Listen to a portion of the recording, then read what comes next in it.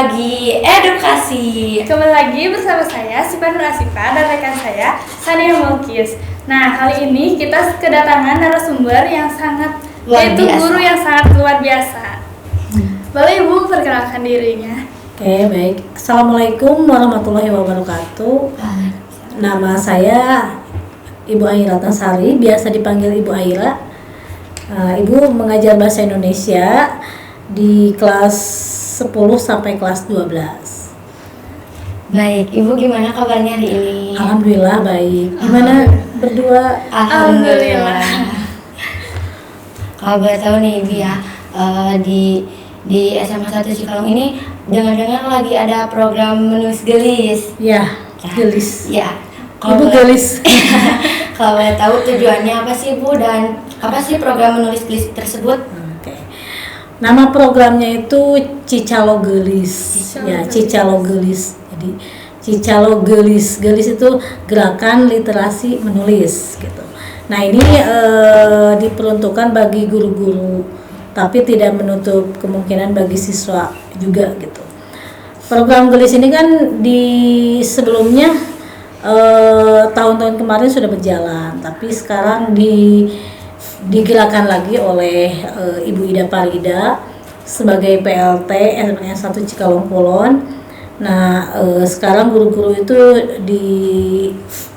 dimotivasi untuk menulis.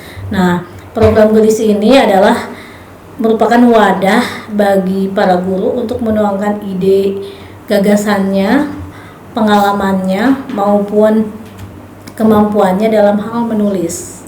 Jadi bagaimana di sini para guru bisa berkontribusi dalam hal kegiatan menulis gitu untuk membuat para guru itu lebih berkembang, lebih percaya diri dan lebih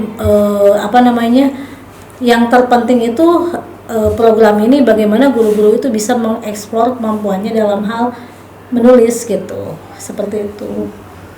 Jadi tidak hanya guru, siswa juga bisa berpartisipasi. Iya, di sini mungkin yang sudah berjalan itu anak-anak eskul literasi itu sudah banyak sekali yang diposting ke berita Disdik gitu. Jadi alhamdulillah dan ibu juga tidak menutup kemungkinan bagi yang lain mungkin nanti akan ada rencana gitu. Kalau misalnya ada satu event untuk menerbitkan sebuah buku gitu, nanti adalah di share linknya gitu bagi siswa yang lain, bagi yang mau menulis gitu. Tapi untuk saat ini mungkin karena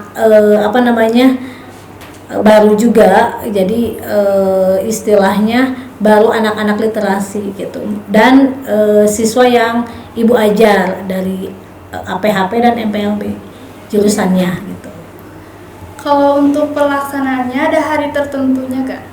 Untuk pelaksanaannya memang dijadwal. Jadi setiap guru itu memiliki jadwal harian. Gitu. Misalnya di sini ada sekitar 70 guru gitu. Nah, itu untuk bulan Agustus ya dijadwalkan. Setiap hari itu ada yang menulis gitu. Jadi setiap guru itu memiliki jadwal tersendiri gitu. Kapan menulis gitu. Jadi setiap hari itu selalu ada yang menulis begitu. Baik, manfaatnya bagi guru yang melaksanakan ini program menulis gelis, apa sih manfaatnya Bu? Bagi guru, oke. Kalau manfaatnya pasti banyak ya, selain untuk mengetahui sejauh mana kemampuan guru tersebut, juga yang lebih utama mungkin menurut ibu sendiri gitu, untuk mendokumentasikan pengalaman mengajarnya gitu. Itu kan sangat bermanfaat sekali gitu ya. Di saat mengajar, guru tersebut itu menceritakan pengalaman mengajarnya gitu di dalam tulisan itu sendiri gitu. Itu kan tentunya pengalaman-pengalaman itu pasti akan memberikan inspirasi bagi yang lain kalau pengalamannya itu dituangkan dalam sebuah tulisan.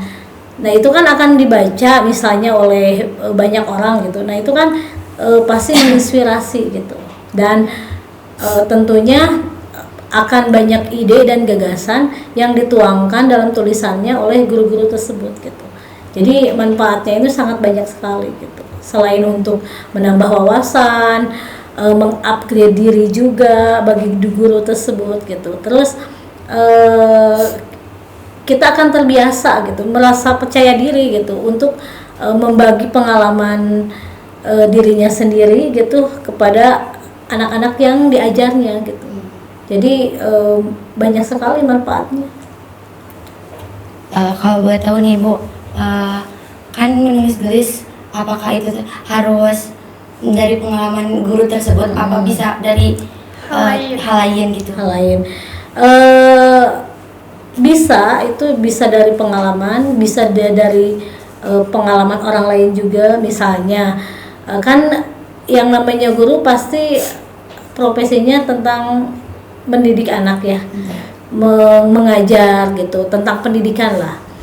Jadi banyak bisa tentang pengalamannya mengajar atau pengalaman antara guru dan siswa tersebut, atau mungkin misalnya guru tersebut memiliki pengalaman di luar sekolah juga bisa. Jadi bisa hal apapun dijadikan sebagai bahan untuk menulis gitu. Jadi tidak harus pengalamannya mengajar saja gitu. Jadi apapun, entah itu guru tersebut mendengar cerita kisah orang lain, itu boleh gitu.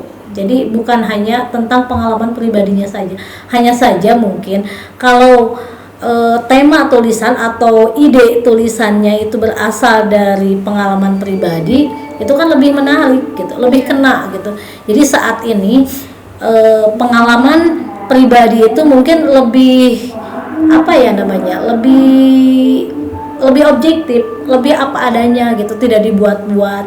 Jadi ceritanya itu real. Nah, itu mungkin yang menarik gitu. Kalau mungkin kayak cerita cerpen gitu kan, itu kan mungkin kebanyakannya kan hayalan gitu kan. Cerita memang pasti lebih berfokus pada emosional atau baper gitu ya, terbawa perasaan. Tapi pengalaman pribadi kalau itu dituangkan dalam sebuah artikel, itu juga menarik gitu. Contoh misalnya pengalaman sebagai ibu rumah tangga sekaligus guru gitu. Nah, itu kan contohnya ada seorang guru di sini yang bercerita tentang kehektikan di pagi hari gitu. Nah, itu kan ini semua orang mengalami gitu kan. Nah, ini kan kita sangat sebagai ibu rumah tangga yang harus mempersiapkan segala sesuatunya ya, untuk keperluan anak sekolah, suami berangkat kerja, lalu dia juga harus bekerja. Ini kan luar biasa ya, kerepotan di pagi hari. Nah, itu ada seorang guru yang menuliskan itu. Nah, itu sangat ngena sekali gitu. Nah, itu yang mungkin kalau menurut saya pribadi gitu, wah menarik gitu. Nah, justru pengalaman pribadi itu yang ditunggu gitu bagi pembaca ya, tentunya bagi yang suka membaca gitu. Mungkin seperti itu. Jadi kalau dari pengalaman pribadi bisa bikin orang itu terinspirasi gitu ya, Ibu? Iya, betul.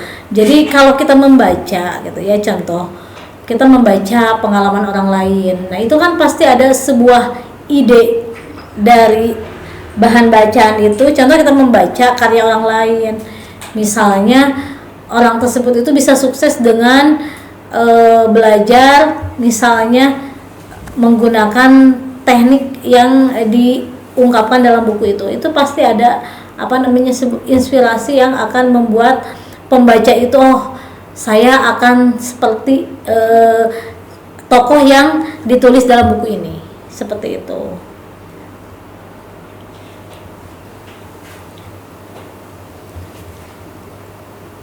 Ya, ada lagi? Baik. Atau mungkin nanti boleh kalau mau menulis boleh dikirimkan ke tim literasi ya. Jadi kita itu ada timnya, ada editor. Jadi ini kita itu terdiri dari berapa orang ya? Ada Pak Maulana, ada Bu Olis, ada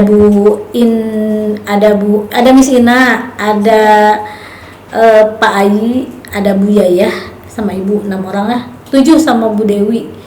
Jadi ada tim editornya. Jadi tulisannya itu diedit dulu gitu. Ya. Jadi kalau mau kirim tulisan boleh, nanti dipublikasikan di berita Disdik. Jadi semua siswa kalau yang berteman di WA, ibu suka update-nya di WhatsApp pribadi gitu ya, di status WhatsApp gitu. Jadi boleh nanti membaca, bisa buka webnya di sana gitu. Itu tuh dilaksanakannya setiap hari apa gimana? Ya setiap hari, setiap hari kan ada jadwalnya. Ada jadwal. Misalnya dalam sebulan ini ada berapa hari, ada 30 harinya. Kira-kira dalam 30 hari dibagi berapa guru gitu. Misalnya seharinya ada 4 orang gitu, tergantung nanti. Ada jadwalnya gitu. Ntar di story meren ya. Iya gitu. Ada itunya, linknya, drive-nya. Gitu. Jadi guru-guru tinggal upload saja di link drive yang udah disediain gitu. Mungkin segitu saja. Iya. Terima kasih Ibu atas waktunya. Ya, sama-sama. Semoga program ini terjalan dengan baik ya, tanpa Amin, kendala apapun. apapun. Terima kasih juga Ibu sudah diundang ya. Iya, Ibu. Kembali Oke. kasih. Nih selanjutnya Ibu, di SMP 1 Cikalong Kulon juga ini mengadakan mabar. Ya. Ya. Kalau boleh tahu apa sih mabar itu? Mabar. Mabar ini adalah kepanjangan dari membaca bareng gitu ya. Ini juga sama atas gagasan dari Ibu Ida Farida gitu. Jadi mabar ini ada latar belakangnya kenapa gitu diadakan program ini. Jadi pada sekitar tanggal minggu kemarin lah gitu, kita beberapa tim kesiswaan, humas sama tim literasi itu kita duduk bareng ya, rapat untuk gimana sih siswa-siswi itu melihat juga, karena Ibu memegang perpustakaan juga gitu. Jadi siswa yang ke perpus itu sangat sedikit sekali gitu ya. Jadi kita ada sedikit kegalauan gitu ya. Gimana caranya nih, cara meningkatkan supaya siswa-siswi di SMK 1 Cikalong itu memiliki keinginan untuk membaca gitu. Paling tidak misalnya menyambangi perpus gitu kan. Nah itulah salah satu alasan kenapa program ini diluncurkan gitu. Karena siswa-siswi rata-rata gitu pada saat Ibu mengajar, mereka mengatakan Ibu tidak suka membaca. Dengan alasan membaca itu sangat membosankan. Dengan alasan membaca itu tidak menarik gitu. Nah, dengan alasan itu makanya program ini dibentuk gitu ya. Nah, di sini mabar itu kan sekarang udah mulai ya, udah seminggu kemarin sudah dilaksanakan. Meskipun mungkin pengkondisiannya kalau hari pertama seperti itu ya, jadi cukup membuat waktu terkendala gitu. Jadi butuh waktu gitu, karena memang untuk pembiasaan kan itu butuh waktu beberapa kali gitu. Nah, alhamdulillah sudah dilaksanakan pada hari Kamis, dan mabar ini memang dilaksanakan pada hari Kamis, mungkin besok juga akan dilaksanakan. Ini adalah kegiatan membaca bersama-sama antara guru, siswa, TU juga ya. Jadi semua warga sekolah ini dilibatkan supaya semua itu memiliki sebuah kesadaran, pembiasaan, dan menjadikan nantinya bahwa membaca itu sebuah kebudayaan di sekolah gitu. Karena kalau kita tidak memaksakan untuk suatu kebaikan kan akan sulit gitu. Makanya dengan membaca bersama ini diharapkan siswa-siswi tergerak, walaupun mungkin dipaksa ya awalnya. Mudah-mudahan nanti menjadi sebuah hal yang atas dasar kesadaran gitu. Makanya program ini dibentuk gitu dan dilaksanakan pada setiap hari Kamis gitu. 15 menit membaca gitu. Kemudian nanti setelah membaca ada beberapa gitu yang ditunjuk ataupun dengan kesadaran ke depan gitu untuk mengulas isi dari yang dibaca gitu. Jadi selama mereka membaca itu yang ditangkap itu apa gitu. Jadi mereka berusaha mengungkapkan kembali apa yang dibaca. Nah itu juga untuk melatih kemampuan berbicara mereka gitu. Untuk berbicara di depan kan rata-rata siswa gitu ya, untuk presentasi di kelas itu kan agak susah gitu kan, karena tanpa latihan ya nol besar yang namanya bisa gitu. Makanya harus dilatih. Makanya dengan kesadaran ini siapa nih yang mau ke depan gitu untuk mengungkapkan isi yang dibaca gitu. Ada mungkin sekitar 1 sampai 3 orang ya, karena waktu juga gitu. Nah, di akhir mungkin di akhir kegiatan siswa untuk membuat jurnal membaca. Jadi di situ para siswa diarahkan untuk menulis kembali apa yang dibaca itu ke dalam sebuah jurnal membaca. Nah itu boleh ringkasan, boleh ya apapun gitu yang ditangkap dari isi, seperti ringkasan ya, resume dari yang dibaca gitu. Nanti seperti di review gitu oleh wali kelas atau guru bahasa Indonesia, dan mereka mencatatnya di buku bahasa Indonesia. Seperti itu mungkin. Kalau boleh tahu, bukunya yang dibaca sama kita bebas apa ada buku khusus gitu Bu? Kalau untuk dibaca ya mungkin antara non fiksi dan fiksi. Kalau fiksi itu kan seperti cerita ya, cerpen, novel atau puisi. Dan mungkin yang non fiksinya itu boleh seperti buku inspiratif gitu. Jadi sebenarnya bebas gitu. Hanya saja mungkin kalau untuk non fiksi gitu kan kita sudah biasa di kelas gitu. Jadi siswa butuh suasana yang baru, bacaan yang baru. Ya mungkin kalau lebih dikhususkan ke fiksi gitu. Kalau fiksi kan cerita itu istilahnya lebih ke lebih ngena ke hati gitu ya. Kalau cerpen itu ada cerita-cerita yang mungkin sesuai dengan kehidupan nyatanya. Nah itu kan akan membuat si pembaca itu terbawa suasana. Nah itu diharapkan anak-anak gitu, siswa-siswi bisa terinspirasi dari bacaan itu gitu. Jadi kalau untuk membaca sih bebas, mau fiksi mau non fiksi, hanya saja gitu kalau misalnya mereka memiliki koleksi buku di rumah ya lebih baik membawa buku fiksi gitu Ya. Seperti itu. Kalau tidak punya berarti bisa pinjam ya di Boleh itu, tapi kalau bisa jangan hari haknya gitu ya, sebelumnya boleh dipinjam di perpus banyak gitu. Iya. Ada lagi?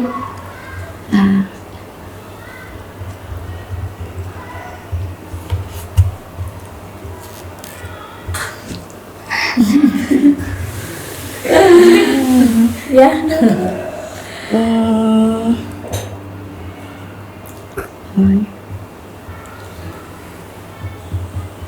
Mungkin program-program ini dilaksanakan bagi siswa agar lebih giat membaca, lebih menumbuhkan daya baca. Nah, tujuannya untuk agar mereka itu memiliki kemauan untuk membaca gitu. Itu mungkin langkah kecil gitu. Karena kan yang namanya membaca itu kan memang harus dari kesadaran siswa itu sendiri gitu.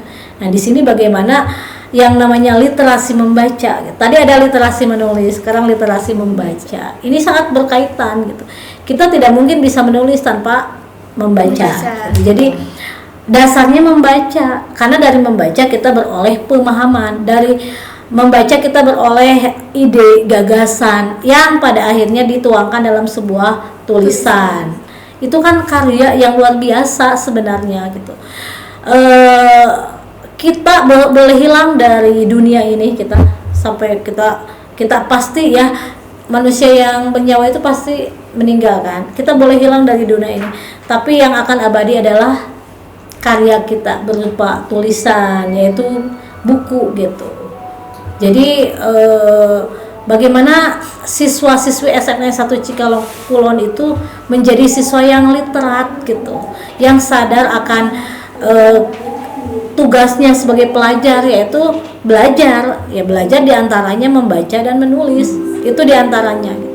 Jadi siswi di sini itu bukan lagi dipaksa gitu, tapi memiliki kesadaran. Tapi itu memang untuk melangkah ke sana itu memang terlalu jauh. Kita sedikit demi sedikit gitu. Setidaknya memberikan mereka kesadaran dulu untuk membaca bersama, walaupun hanya 15 menit gitu. Mungkin dengan 15 menit itu mereka memiliki tabungan bacaan gitu. Oh, tadi belum selesai tapi istilahnya penasaran nih mau dilanjutkan ceritanya gitu. Nah, itu kan istilahnya satu langkah yang baik gitu untuk bisa dilanjutkan gitu. Mungkin seperti itu tujuannya, untuk bisa bagaimana membaca itu bisa membudaya di sekolah kita gitu. Melihat latar belakang siswa yang kalau ibu tanya di kelas gitu, hanya beberapa orang yang suka membaca, dan itu sangat miris sekali karena kita sekolah yang katanya dunia pendidikan yang harus dekat dengan buku, harus istilahnya sering ke perpustakaan gitu. Karena walaupun tidak meminjam ke perpustakaan, setidaknya membaca di situ. Ya, mungkin salah satunya itu tujuannya. Ya. Boleh Ibu, sebelum ke penutup, apakah ada pantun atau puisi dari Ibu tersebut? Puisi? Oke, ada pantun ya, satu aja mungkin ya. Oke, pergi ke taman membawa buku, Cakep. membaca santai di bawah cemara. Terima kasih sudah bersama kami.